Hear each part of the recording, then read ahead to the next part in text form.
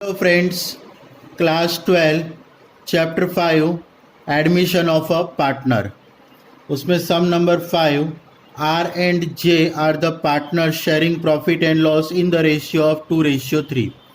R, J partnership form में partners हैं और वो प्रॉफिट एंड लॉस 2:3 में डिस्ट्रीब्यूट करते हैं. They admitted B as a new partner for 1/6 share. वो बी को नए पार्टनर के तौर पे लेते हैं और उसको 1/6 शेयर देने का एग्रीमेंट करते हैं. Okay. Following balances appeared in the books of R and J at the time of admission of B. B के एडमिशन से पहले आर और जे में ये बैलेंसेस थे. अब ये जो सारे बैलेंसेस है वो किसके, रिजर्व के हैं. तो एक ये रूल होता है कि जब नया पार्टनर एडमिट होता है तो जो असेट है और लायबिलिटी है उसका जो रिवैल्यूएशन होता है और उसके बाद जो प्रॉफिट या लॉस होता है वो ओल्ड पार्टनर्स में डिस्ट्रीब्यूट हो जाता है. दूसरा रूल ये होता है कि जो जनरल रिजर्व या जो भी रिजर्व्स होते हैं वो भी पार्टनर्स को डिस्ट्रीब्यूट हो जाते हैं. ओके. तो यहाँ भी ये जो सारे रिजर्व है, जैसे कि जनरल रिजर्व है 7,000, वर्कमैन कंपेंसेशन रिजर्व, वर्कमैन को कंपेंसेशन देने के लिए जो रिजर्व बना होता है 6,000 वो है. इन्वेस्टमेंट फ्लक्चुएशन, इन्वेस्टमेंट जो उन्होंने इन्वेस्ट किए होते हैं उनमें कोई कीमत बढ़े या घटे तो वो जो उसके लिए जो उन्होंने रिज़र्व बना के रखा होता है उसको भी डिस्ट्रीब्यूट करते हैं. Contingency reserve 5,100. ओके. तो ये सारे जो रिजर्व्स हैं उसको डिस्ट्रीब्यूट करने होते हैं. इसके अलावा ये जो लॉस हुए उनको, जैसे कि profit and loss debit balance, debit balance मतलब इतना लॉस हुआ है 1,600, वो डिस्ट्रीब्यूट होगा. Bad debt reserve, bad debt reserve distribute नहीं होता है इसलिए इसको हम कंसिडर नहीं करेंगे, क्योंकि बैड डेप रिजर्व जो होता है वो कब होता है कि जब बैड डेप होने वाली होती है उसके लिए हमने प्रोबेबिलिटी, संभावना के लिए उसके लिए हमने उसको अलग से रखे होते हैं 4,200. बैड डेप हो सकती है उसके लिए हमने अलग से रिजर्व रखा होता है, तो इसको डिस्ट्रीब्यूट नहीं करना होता है. एडवर्टाइजमेंट कैंपेन एक्सपेंडिचर है 3,400, तो इसको डिस्ट्रीब्यूट करना होता है. अब ये जो है ये एक्सपेंडिचर है, एडवर्टाइजमेंट कैंपेन जो एडवर्टाइजमेंट किया जाता है उसको हम साल 2 साल उसको जितने भी होते हैं उसको डिस्ट्रीब्यूट करना होता है. ओके. तो ये डिस्ट्रीब्यूशन अलग से होगा क्योंकि ये एक खर्चा है और उसका बेनिफिट हमको 3, 4 या 5 साल जितना भी मिलता है तो उतने साल तक उसको डिस्ट्रीब्यूट करना होता है. Okay. So pass necessary journal entries, हमको जर्नल एंट्रीज पास करनी है. Journal entries in the books of R and J's form. अब ये जो है general reserve 7,000, workman compensation reserve 6,000, investment fluctuation reserve and contingency reserve, इसको हम डिस्ट्रीब्यूट करेंगे. तो यहाँ पर हम लिखेंगे. अब यहाँ पर डेट लिखी हुई है पर सम में कहीं पर भी डेट नहीं मेंशन करी है, इसलिए यहाँ पर हम सीरियल नंबर लिखेंगे. General reserve ₹7,000, general reserve account debit ₹7,000, workman compensation account debit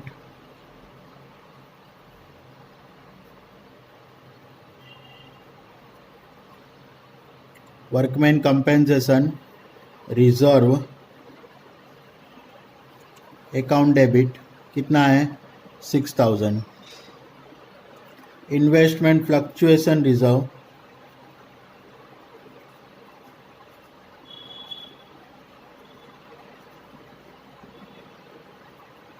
जो भी इन्होंने रिजर्व अभी तक संभाल के रखी थी वो अब डिस्ट्रीब्यूट करनी है, क्योंकि नया पार्टनर जो बी है वो एडमिट हो रहा है तो ये भी हम ओल्ड पार्टनर्स में अब इसको हमको डिस्ट्रीब्यूट कर देना पड़ेगा ताकि नए सिरे से अब बिजनेस हो सके. कंटीजेंसी रिजर्व अकाउंट डेबिट कितना आएगा 5,100. तो ये जो सारे हैं वो दो पार्टनर्स में कौन से रेशियो में बटेंगे 2:3 में.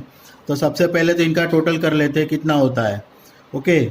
7 और 6 13, 13 और 1 14, 14 और 5 19 और ये 900 और 100 1,000. तो टोटल कितना हुआ 20,000. अब 20,000 को हमको 2:3 में डिस्ट्रीब्यूट करना है. 2 ओल्ड पार्टनर्स कौन से हैं? R and J. तो to R's capital account and to J's capital account. Okay, अब 20,000 को हमको 2:3 में डिस्ट्रीब्यूट करना है। तो यहाँ पर हम कैलकुलेशन करेंगे आर एंड जे। 20,000 इंटू 2/2:3 मतलब यहाँ पर आएगा 2 and 3 का टोटल कितना होता है? 5। तो यहाँ पर अपन में आएगा 5। उसके बाद कितना है? 20,000 को 3/5 में डिस्ट्रीब्यूट करेंगे तो 5 4 ज़ा 4 2 ज़ा 8,000 एंड यहाँ पर आएगा 4 3 ज़ा 12,000। तो आर को मिलेंगे 8,000 एंड बी जे को मिलेंगे 12,000।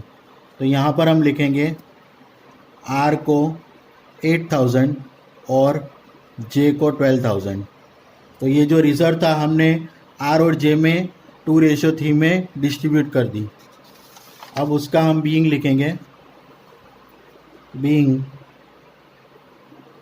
कौन कौन सी रिजर्व डिस्ट्रीब्यूट करी? बीइंग जनरल रिजर्व, उसके बाद कौन सी करी? Investment fluctuation reserve, investment fluctuation reserve, उसके बाद contingency reserve,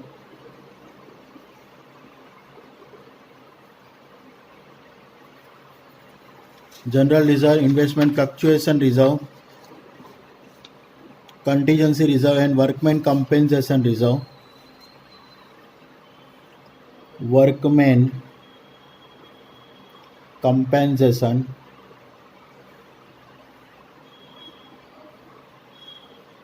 reserve distributed to old partners R and J in 2:3।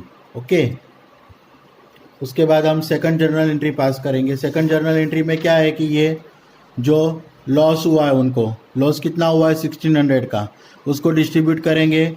और ये एडवर्टाइजमेंट कैंपेन एक्सपेंडिचर, एडवर्टाइजमेंट जो होता है उनको जितना साल उसका बेनिफिट मिलता है उतने साल में हमको डिस्ट्रीब्यूट करना होता है।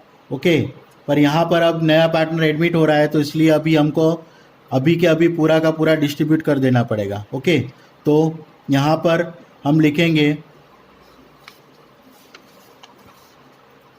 Hours capital account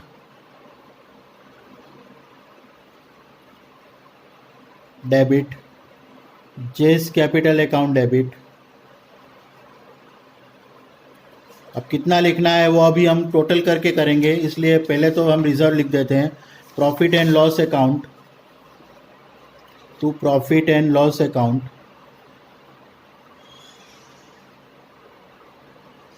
debit balance कितना है 1600।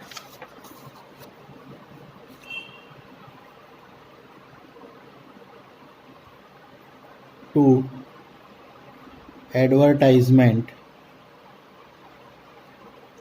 कैंपेन एक्सपेंडिचर, ये कितना है 3,400। तो टोटल कितना होता है इसका 5,600, 1,600 प्लस 3,400, टोटल कितना होता है 5,000। तो अब 5,000 को हमको 2:3 में डिस्ट्रीब्यूट करना है। 5,000 इंटू 2/5 एंड 5,000 इंटू 3/5, तो 5 1 ज़ा, तो यहाँ पर कितना आएगा 2,000 और यहाँ पर आएगा 3,000। तो आर के अकाउंट में से डेबिट कितना होगा 2,000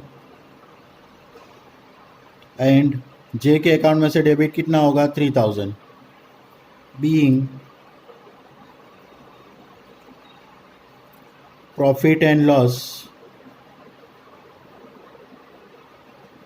account means loss 1600 and advertisement campaign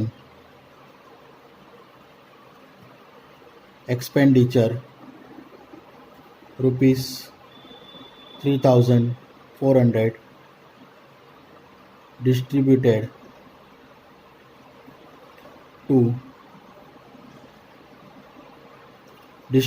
या debited to old partners R&J in 2:3.